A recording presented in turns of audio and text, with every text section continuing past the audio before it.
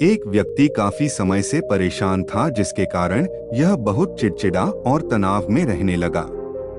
वह इस बात से परेशान था कि उसे घर का सारा खर्च उठाना पड़ रहा था। पूरे परिवार की जिम्मेदारी उसी पर है। उसके यहाँ कोई न कोई रिश्तेदार आता जाता रहता है। इन्हीं बातों को सोच सोचकर वह बहुत परेशान रहता था। इसी मानसिक तनाव के कारण वह अक्सर बच्चों को डांटते रहते हैं। उसका अपनी पत्नी से ज्यादातर किसी न किसी बात पर झगड़ा होता रहता था।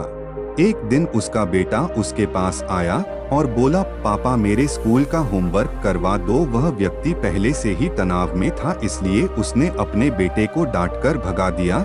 लेकिन जब थोड़ी देर बाद उसका गुस्सा शांत हुआ तो वह बेटे के पास गया। उसने देखा कि बेटा सो रहा था और उसके हाथ में उसकी होमवर्क कॉपी थी।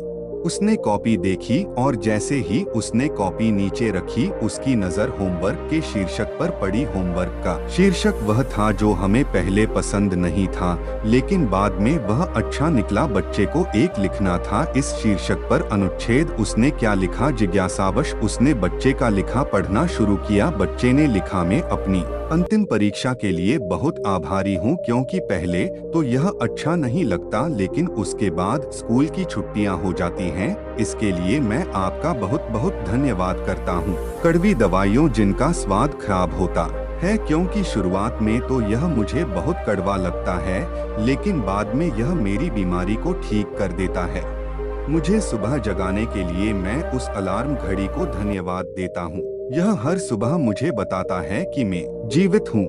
मैं भगवान को भी धन्यवाद देता हूँ, जिन्होंने मुझे इतना अच्छा पिता दिया, क्योंकि शुरू में मुझे उनकी डांट बुरी लगती थी, लेकिन वह मेरे लिए खिलौने लाते थे, मुझे घुमाने ले जाते थे और अच्छी चीजें खिलाते थे। और मुझे खुशी है कि मेरे पास पिता है, क्योंकि मेरे दोस्त सोहन के पिता नहीं हैं। बच्चे का होमवर्क पढ़ने के बाद वह व्यक्ति उठा तो अचानक उसका मन बदल गया। बच्चे द्वारा लिखे गए शब्द उसके दिमाग में बार बार घूम रहे थे। खासकर उसकी आखिरी पंक्ति ने उसकी नींद उड़ा दी।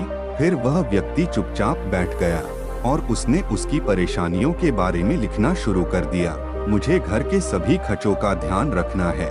इसका मतलब है कि मेरे पास एक घर है और भगवान की कृपा से मैं उन लोगों से बेहतर स्थिति में हूँ जिनके पास घर नहीं है। मुझे पूरे परिवार की जिम्मेदारी उठानी पड़ती है। इसका मतलब है कि मेरा एक परिवार, एक पत्नी और बच्चे हैं, और भगवान की कृपा से मैं उन लोगों से अधिक भाग्यशाली हूँ जिनके पास परिवार नहीं है और वह दुनिया में बिल्कुल अकेले हैं। कोई न कोई दोस्त या रिश्तेदार मेरे घर आते रहते हैं। इसका मतलब है कि मेरी एक सामाजिक प्रतिष्ठा है और मेरे पास मेरे सुख दुख बांटने के लिए लोग हैं। यह सब विचार आते ही उसने हाथ जोड़ लिए, आकाश की ओर देखा और कहा, हे भगवान, बहुत बहुत धन्यवाद। मुझे खेद है कि मैं आपकी कृपा को नहीं पहचान सका। उसके बाद उसका मन एकदम बदल गया। उसकी सारी परेशानियों और चिंताएं मानो दूर हो गईं। उसे अपने अंदर एक अजीब सी शांति महसूस हुई। वह दौड़कर अपने बेटे के पास गया और सोते हुए बेटे को अपनी बाहों में ले लिया और उसका माथा चूम लिया और अपने बेटे और भगवान को धन्यवाद देने लगे। हमारे जीवन में जो भी समस्याएं हैं, जब तक हम उन्हें नकारात्मक दृष्टि से देखते रहेंगे, तब तक हम मुसीबत में रहेंगे। और जैसे ही हम उन चीजों को सकारात्मक दृष्टिकोण से देखना शुरू करते हैं, हमारा मन एकदम बदल जाएगा। हमारी सारी चिंताएं, सारी परेशानियां, सारे तनाव तुरंत खत्म हो जाएंगे और हम मुसीबत से बाहर निकलने के नए रास्ते देखना शुरू कर देंगे। किसी ने क्या सुंदर शब्द कहे हैं, जो लोग फूल देखना चाहते हैं उनके लिए हमेशा फूल होते हैं। महाभारत के एक संवाद में मृत्यु के बाद सबसे बड़े दानवीर कर्ण की आत्मा ने भगवान कृष्ण से पूछा कि मेरी माँ ने मुझे जन्म के समय छोड़ दिया था, क्या यह मेरा पाप था कि मैंने एक नाजायज संतान के रूप में जन्म लिया? द्रोणाचार्य ने मुझे शिक्षा देने से इनकार कर दिया क्योंकि वह मुझे क्षत्रिय नहीं मानते थे। क्या यह मेरी गलती थी? परशुराम ने मुझे शिक्षा दी और सभी ने मुझे श्राप दिया कि मैं अपनी शिक्षा भूल जाऊंगा क्योंकि वह मुझे क्षत्रिय मानते थे। गलती से एक गाय मेरे तीर के रास्ते में आ गई और मर गई और मुझे गांव के लोगों का सरा मिला। मुझे द्रौपदी के स्वयंवर में अपमानित होना पड़ा क्योंकि मेरे साथ किसी भी राज परिवार के सदस्य की तरह व्यवहार नहीं किया जाता था। यहाँ तक कि मेरी माँ कुंती ने भी स्वयं इस तथ्य को स्वीकार किया था कि मैं उनके अन्य पुत्रों की रक्षा के लिए एक पुत्र हूँ। मुझे जो कुछ भी मिला वह दुर्योधन की कृपा से मिला। तो क्या यह गलत है कि मैं दुर्योधन के प्रति अपनी वफादारी का ऋणी हूँ? श्री कृष्ण मंद मुस्कान के साथ बोले, कर्ण में पैदा होने से पहले जेल में पैदा हुआ था। मेरी मौत कंस मामा के रूप में मेरा इंतजार कर रही थी। जिस रात मैं पैदा हुआ उसी रात में अपने माता पिता से अलग हो गया था। तुम्हारा बचपन घोड़ों की हिनहिनाहट और धनुष बाणों वाले रथों की छाया में व्यतीत हुआ। मैंने बचपन में गायें चराई और गोबर उठाया। जब मैं चल भी नहीं पाता था, मुझ पर कहीं कहीं जानलेवा हमले होते थे। न सेना, न शिक्षा, न गुरुकुल और महल। मेरे मामा मुझे सबसे बड़ा शत्रु मानते थे। जब आप सबकी प्रशंसा होती थी आपकी बहादुरी के लिए आपके शिक्षक और समाज से, उस समय मेरी शिक्षा भी नहीं हुई थी। बहुत समय बाद मुझे ऋषि सांदीपनी के आश्रम में जाने का अवसर मिला। कम से कम आपको अपनी पसंद की लड़की से शादी करने का मौका तो मिला। वो राधा भी न मिली जो मेरे प्राणों में बसती थी। मुझे इसे छोड़ना पड़ा। मुझे उन राजनीतिक कारणों से या उन महिलाओं के साथ कई शादियां करनी पड़ी जिन्हें मैंने राक्षसों से मुक्त कराया था। जरासंध के आतंक के कारण मुझे अपने परिवार को यमुना से एक सुदूर प्रांत में ले जाना पड़ा और उन्हें समुद्र के किनारे बसाना पड़ा। दुनिया ने मुझे कायर, धोखेबाज कहा। दुर्योधन जीत जाता तो जीत का श्रेय तुम्हें भी मिलता, लेकिन धर्मराज के युद्ध को जीतने का श्रेय अर्जुन को मिला। कौरवों ने अपनी हार के लिए मुझे जिम्मेदार माना है। कर्ण, किसी का भी जीवन चुनौतियों से मुक्त नहीं है। हर किसी के जीवन में सब कुछ ठीक नहीं होता है। समस्या केवल यह है कि हर कोई अपनी समस्या को सबसे बड़ा मानता है। क्या सच है, क्या उचित है, यह हम अपनी आत्मा की आवाज से निर्धारित करते हैं। इससे कोई फर्क नहीं पड़ता कितनी बार हमारे साथ गलत व्यवहार किया जाता है।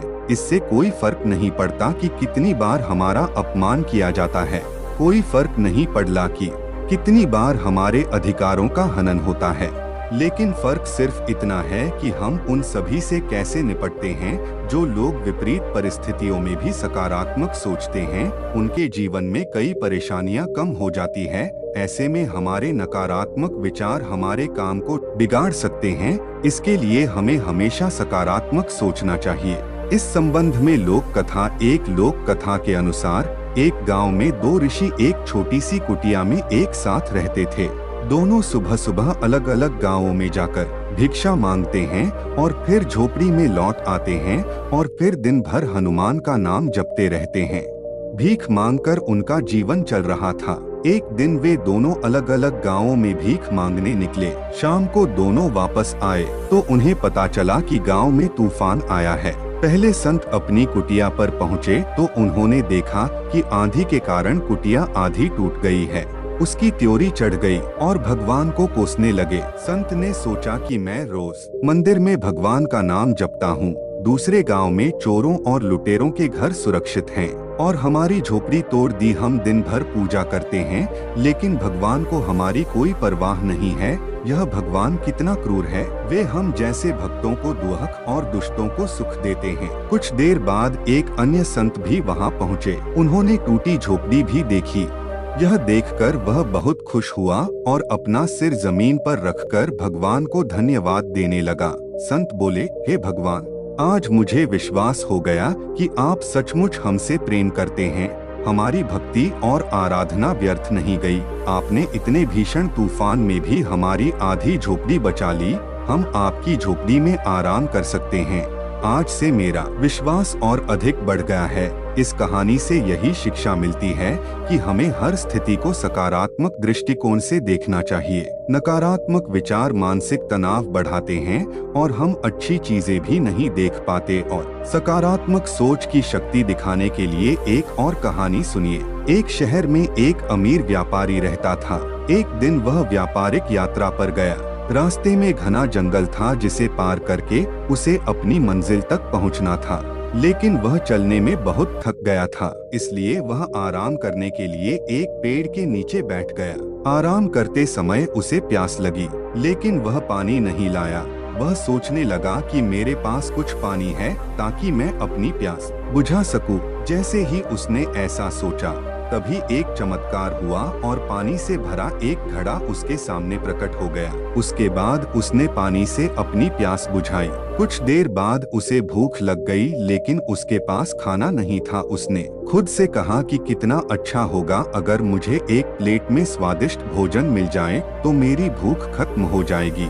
बात करते समय उसके साथ फिर से चमत्कार हुआ और विभिन्न व्यंजनों से भरी थाली सामने आ जाएगी। उसने पेट भर खाना खाया और फिर सो गया। उसने अपने मन से कहा कि मैं इस पथरीली जमीन पर कैसे सोऊंगा। काश कोई नरम बिस्तर होता। पलक झपकते ही एक आरामदायक बिस्तर उसके सामने आ गया। वह उस बिस्तर पर लेट गया।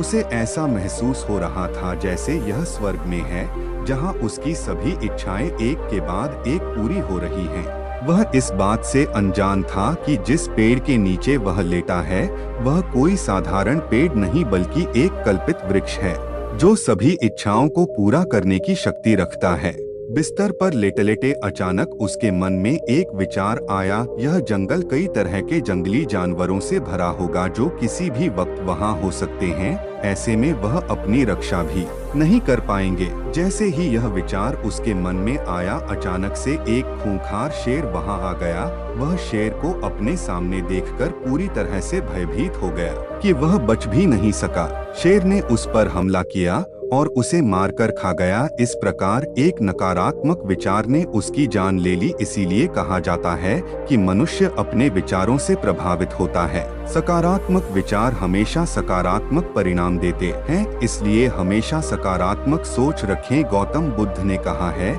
कि ब्रह्मांड की सारी शक्ति पहले से ही हमारी है। हम ही हैं जो अपनी आंखों पर पट्टी बांध लेते हैं और फिर रोते हैं कि कितना अंधेरा है। और जहां तक खुशी की बात है तो यह कोई खुशी नहीं है, बल्कि यह हमारे अपने कार्यों से आता है। मित्रों, आपको इन 4 कहानियों में क्या कुछ सीखने को मिला, हमें कमेंट बॉक्स में जरूर बताएं। और ऐसे ही वीडियो देखने के लिए हमारे वीडियो को लाइक और चैनल को सब्सक्राइब जरूर करें। धन्यवाद।